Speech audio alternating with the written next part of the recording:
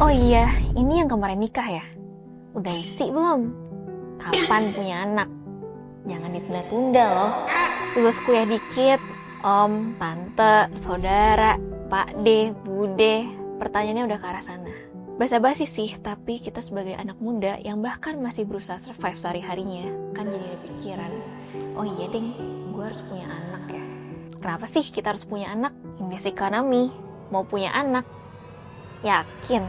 Banyak anak, banyak rezeki kali.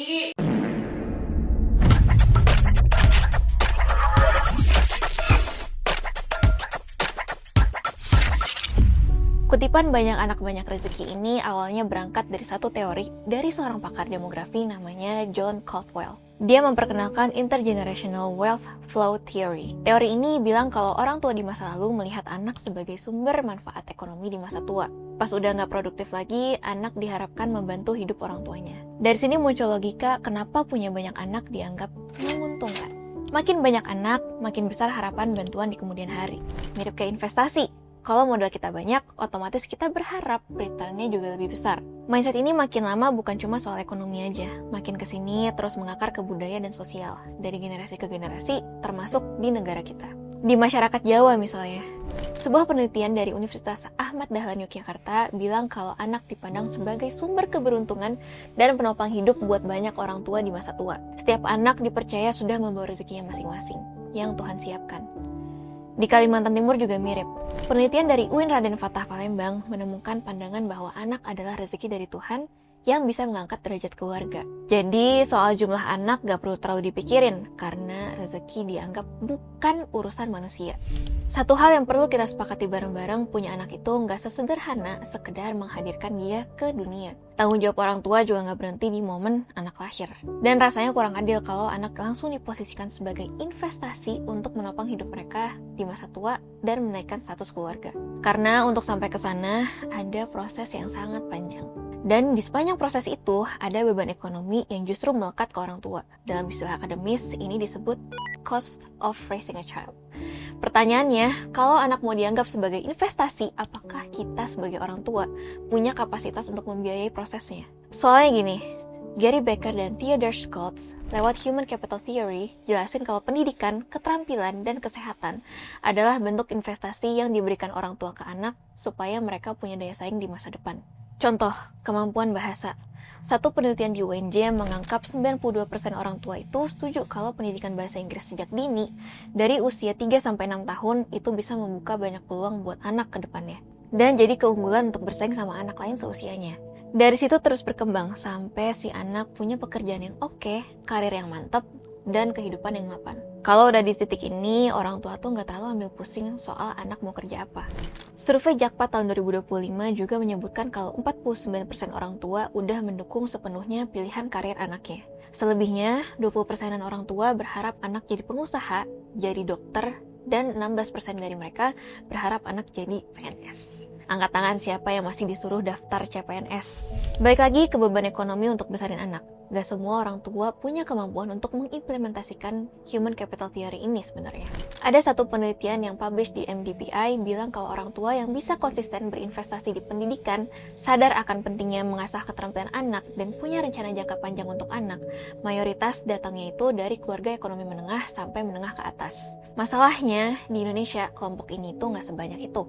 Data BPS tahun 2025 mencatat kelas menengah itu hanya sekitar 17,25% atau setara 48 jutaan orang. Kelas atas bahkan cuma 0,46% alias sekitar 1,2 jutaan orang. Se-Indonesia dari total 287 juta penduduk. Sisanya, ya berjuang hidup. Hampir 50% masyarakat kita ada di kelompok menuju kelas menengah. Jumlahnya sekitar 138 juta orang. Di bawah itu, BPS juga mencatat ada sekitar 68 juta orang yang masuk ke kelompok rentan miskin. Itu sekitar 24% penduduk. Dan selebihnya, sekitar 24 juta orang, alias 8,5% rakyat Indonesia, masih hidup di bawah garis kemiskinan. And when I say di bawah, itu artinya hidup mereka sehari-hari selalu di dalam survival mode. Bertahan, mikir, hari ini makan apa ya? Besok bisa makan gak ya?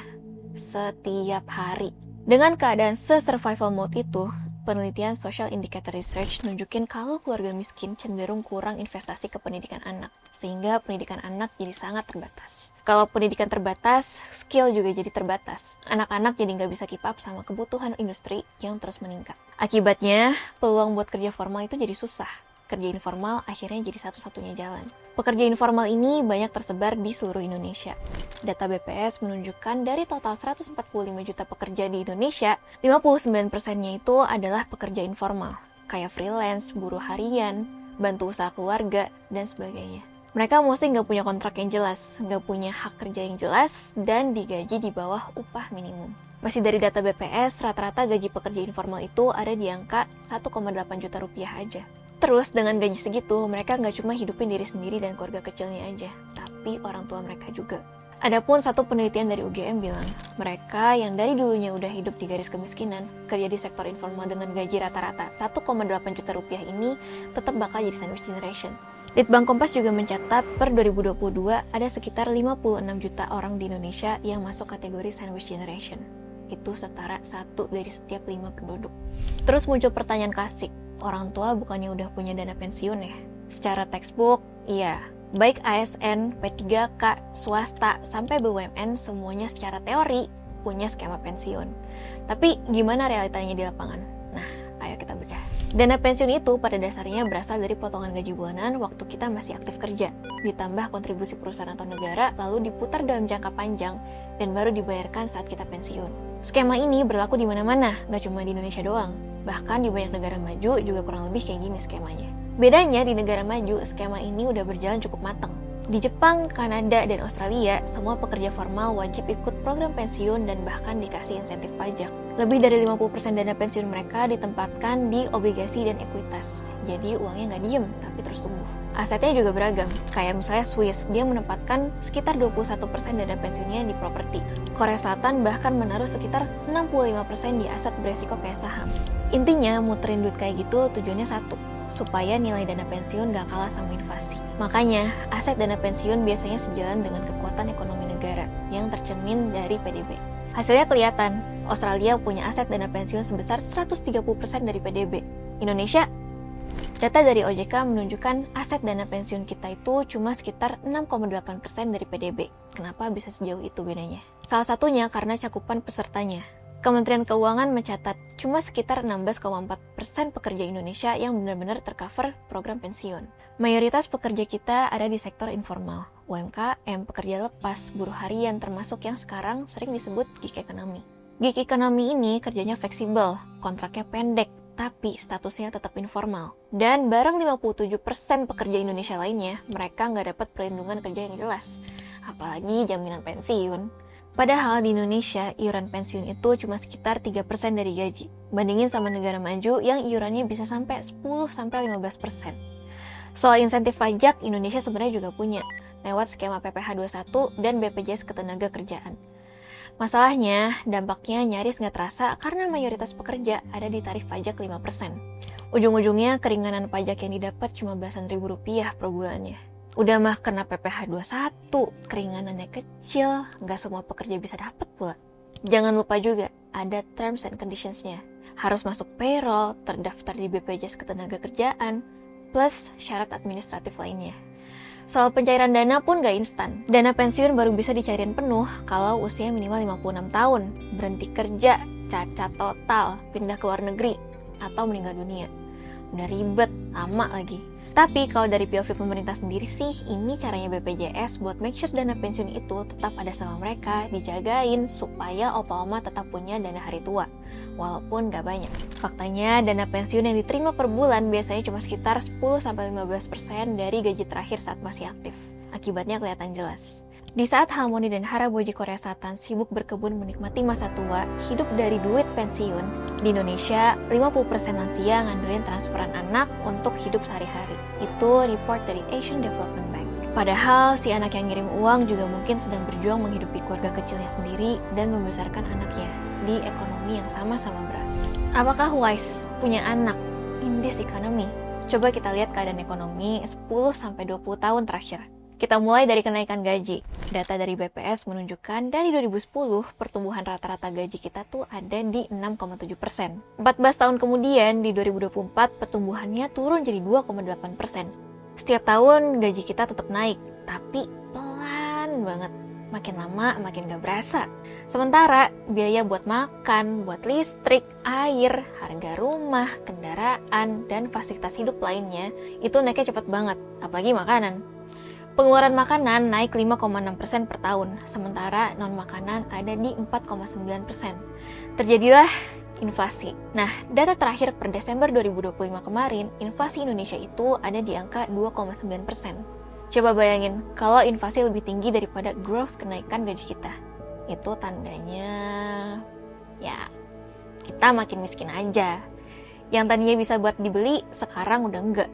Makanya, bagi suami istri, data dari OECD nunjukin istri yang bekerja itu tuh udah bukan karena preference lagi, tapi karena kebutuhannya emang mengharuskan sebuah keluarga untuk double income, thanks to the economic condition. Kalau kedua orang tuanya bekerja, anaknya most likely dititipin di daycare. Dan daycare itu dibayar pakai gaji kita yang naiknya makin lambat ini. Anyways, ngomongin daycare, data dari Kemendikbud tahun 2023 menyebut keberadaan daycare yang proper secara general itu masih kurang banget. Terus, udah secara jumlah terbatas, sebagian besar daycare ini dikelola oleh pihak swasta pula. Yang artinya biaya daycare itu bisa bengkak banget. Dan yang bisa ke sana, ya keluarga menengah ke atas. Keluarga yang gajinya UMP ini mau nitipin ke anaknya kemana dong?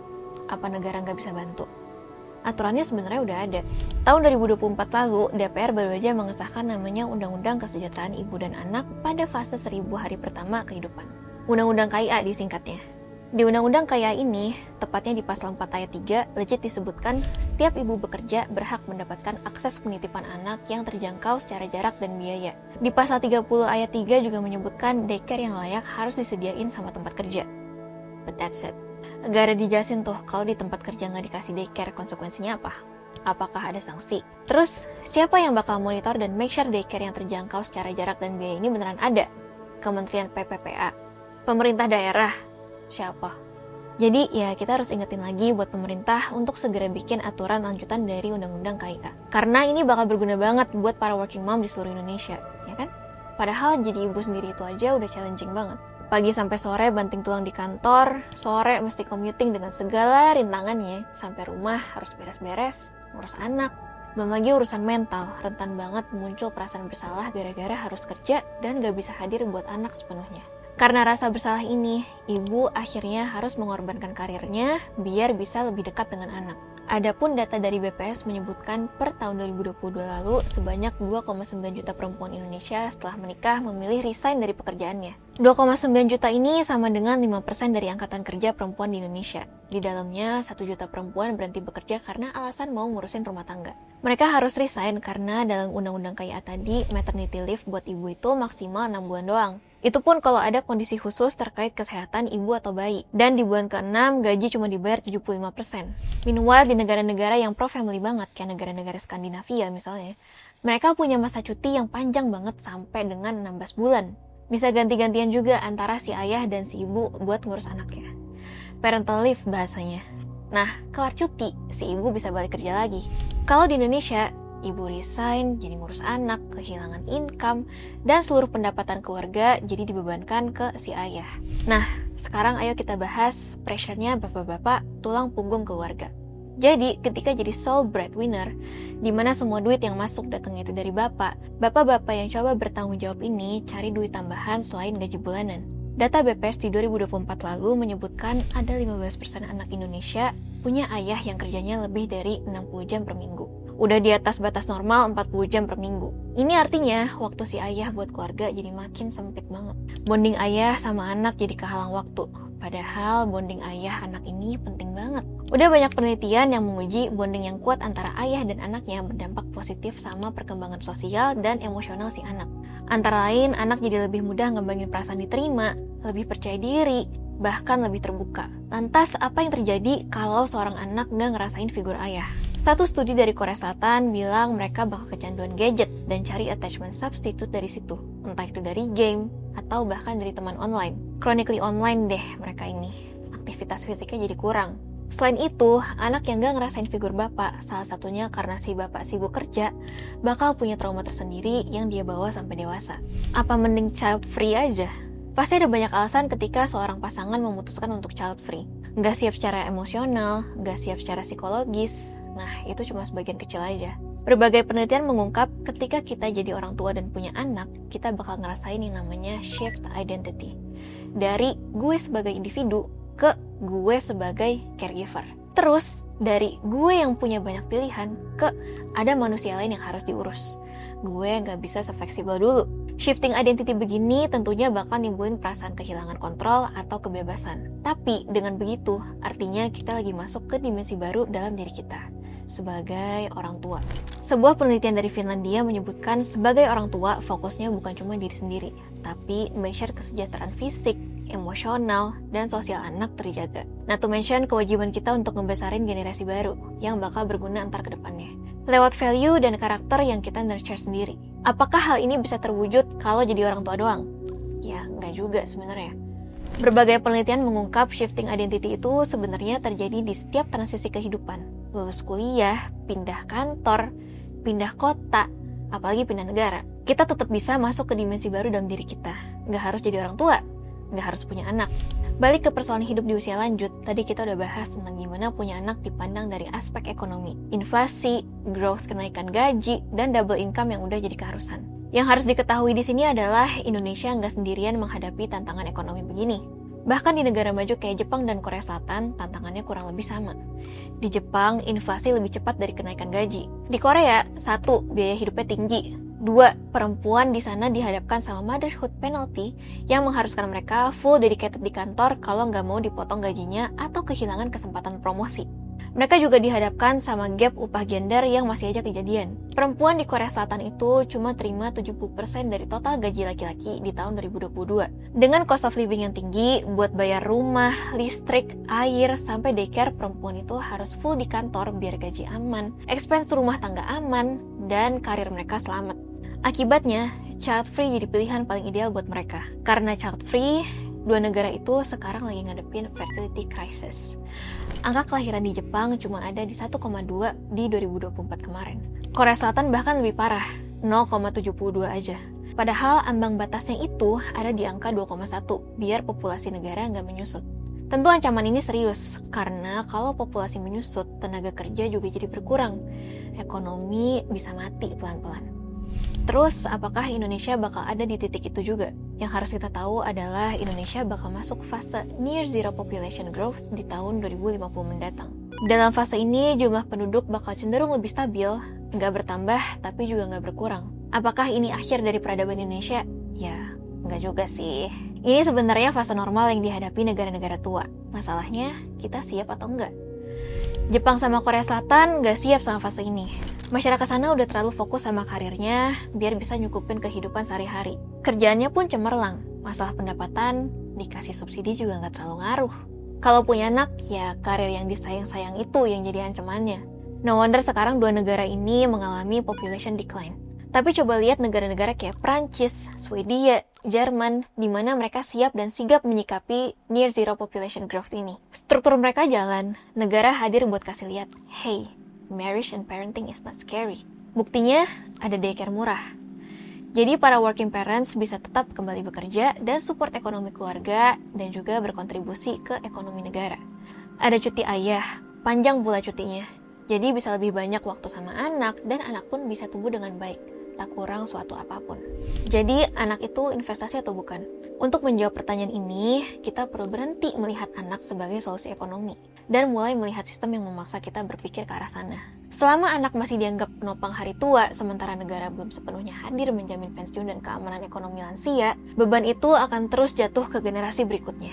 Kalau sistem yang nggak matang-matang, ya masyarakat bakal selalu ada di survival mode, selalu ambil solusi praktis. Pertanyaannya bukan lagi harus punya anak atau enggak, tapi apakah punya anak akan terus jadi resiko ekonomi? Dan apakah nggak punya anak berarti masa tua kita nggak aman? Selama jawabannya belum jelas, perdebatan soal anak dan permasalahan sandwich generation gak bakal selesai. Karena anak itu bukan instrumen ekonomi, dan pilihan hidup seseorang harusnya nggak dipaksa menambal sistem yang bocor.